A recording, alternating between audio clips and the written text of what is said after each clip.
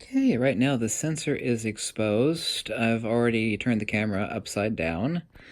I have the curtain up and the mirror up. I've used a hand blower with the camera upside down and not taking the tip of the nozzle beyond the F-mount ring on this Nikon D4. So now let's actually do a sensor cleaning. Normally you would not want to put a camera directly over top of the exposed sensor like this, but for purposes of this video, obviously to show you how to clean the sensor, let's do that, right? There we go. Click on focus. First, let's actually talk about deflection and then the amount of liquid you use and how to apply it. Remember, do not pause. Once you've applied the liquid, a very, very small drop from one edge of the swab and another small drop to the other edge of the swab. Do not pause more than 5 seconds before starting the sweep from far left corner.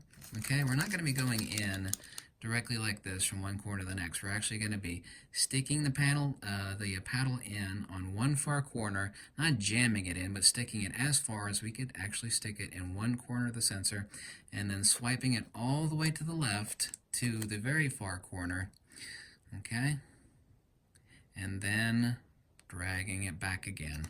So on the first swipe, we're using this edge of the paddle, and on the return, we're using the other edge of the paddle. So we're going to be doing two swipes. And of course, if the sensor is really dirty, you're going to have to use up two different sensor swabs.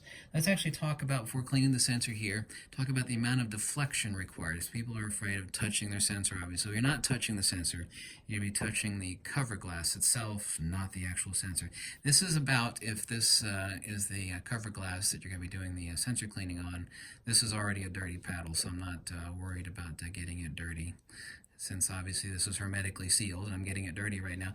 This is the approximate amount, you can see how bent this is the approximate amount of pressure and deflection you're going to be applying.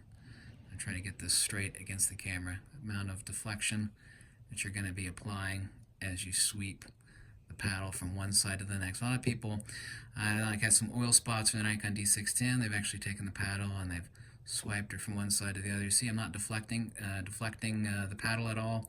I'm very lightly just skimming the surface. Well, you know, they get it partially clean, but you're not going to hurt your camera. Doesn't matter if it's an IBIS.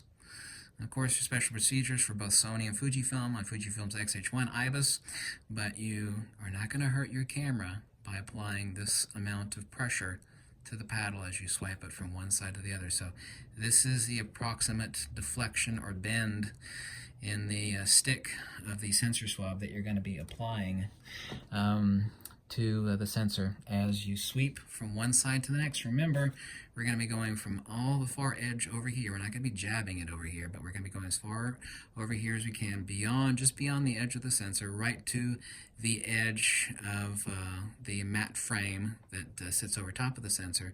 Doesn't matter what camera it is, there's a matte frame that sits over top of the cover glass, which of course then sits over top of the sensor. We're going to be moving from one far corner all the way to the next, and you're going to keep that deflection or pressure on. And remember, we're only going to be using one edge at a time. So going over, we're going to be using this edge, and then coming back, we're going to be using the other edge. When you actually apply the liquid, yeah, I know the sensor is exposed right now. I shouldn't be doing this over the sensor, but this is a video for demonstration purposes. What you're going to do is you're going to apply one without actually touching the edge of the swab. Is you're going to squeeze it just enough that a tiny, tiny drop comes out, and it will run down this edge. And you flip over the sensor paddle, and you're going to apply another super tiny drop to the other edge. And remember, don't pause more than roughly, I mean, it could be about 7 seconds, but don't pause and sit here. I have some people say, I got streaks on my sensor. What did you do after you applied the liquid? Well, you know, I didn't want to get my camera wet. I was afraid about getting liquid in there, so I did this number. You know, I was flicking the liquid off, or, you know, just making sure it got a little bit dry. No, that's the reason why you got streaks on your sensors, because it started to partially dry, then you put it in there, and then that's where the streaks came from. A partially dried photosol solution. Doesn't matter what you use, as far as whether it be photosol, which I recommend, or somebody else's sensor swab solution.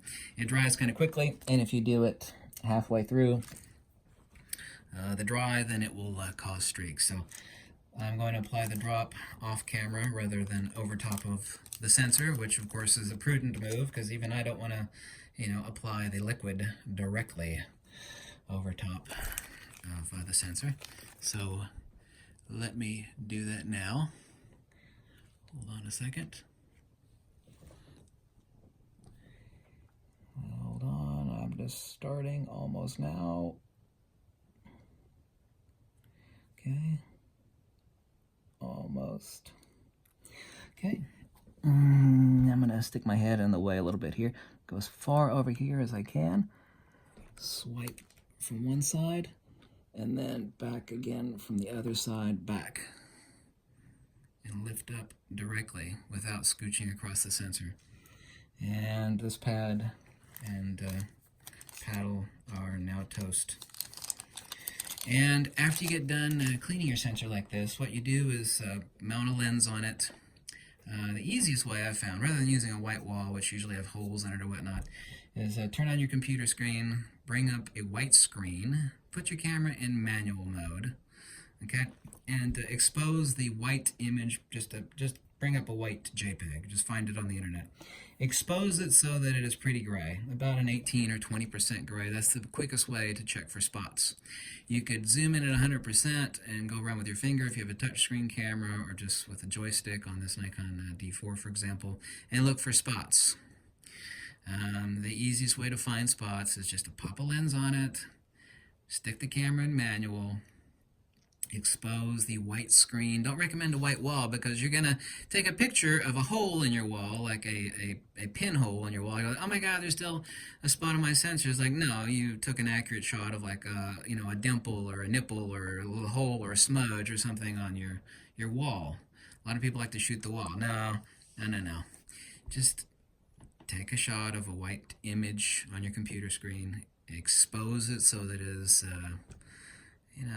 not charcoal gray, but about 25% gray, somewhere around there, and that will let you very, very easily identify spots, if any exist. Now, obviously I flapped my lips a lot in this video, but you should not be afraid of cleaning your own sensor. Don't send it off and pay some other schmuck $100 to do it. Just buy some of this Photosol solution and sensor cleaning swabs, which you can get a kit for like 35 bucks. And that'll let you clean, usually comes 6 swabs, clean your camera sensor 6 times. It'll save you a ton of money. And other than me flapping my lips during this video, it only takes you really 30 seconds. Like once I flip the mirror and shutter curtains up, a couple drops of liquid, boom, boom. Unless it's a really dirty sensor, then you're going to have to, of course, repeat the process. But that's all it took. Remember, of course, to keep your damn hands away from the on-off button over here, because like I said, if you had your sensor swab down in the camera and you accidentally flicked the the camera off, then the curtains are going to close and you're going to destroy them. 100% guaranteed you will destroy them. And then you're going to have a nice, super expensive $400 shutter curtain replacement, and you're not going to have your camera for 2 months, on and on and on. So I hope you liked this video. If you did, you could always click the link below, and this is the correct way to clean your. Don't use the lollipop of death. Don't use canned air. Don't use the sensor gel stick that looks like a little gummy bear stuck on the end of a stick. It leaves streaks. It's destroyed more cameras than every other cleaning methodology combined times 100. So don't even think about doing that. Get these little suckers, okay? I recommend Photosol. They come in 3 different sizes. I think 4 now. There's a full frame, 2 different DX, and a micro 4/3 size. This is obviously the full frame size. I know my mirror and curtain are still open, and I know I have stuff over it, which you shouldn't be doing. I'm not worried about it. If there's a spot in there, I'll clean it again. I know how to clean my sensor, so I'm doing something right now that you should not do, but I'm making a video, okay? So here's a couple different sizes of the crop sensor, sensor cleaning paddle, and this is the new design from Photosol. This is their FX sensor cleaning paddle. Just for gits and shiggles, I thought I'd show you this. This is the medium format sensor cleaning paddle that I created using 2 DX, and I used an old gift card and I honed down the edge to make it perfectly dull, and then I use a PEC pad without touching the end of it here. I wrap it over here and like this, and like this. There you go, and I fasten it with a rubber band. Do the same thing, except a little bit more professional than that, obviously, and apply my liquid, and this is the medium format sensor cleaning paddle that I created. And it works too, by the way. Thank you so much for watching. I hope you liked this video, and peace out, Girl Scout. Bye.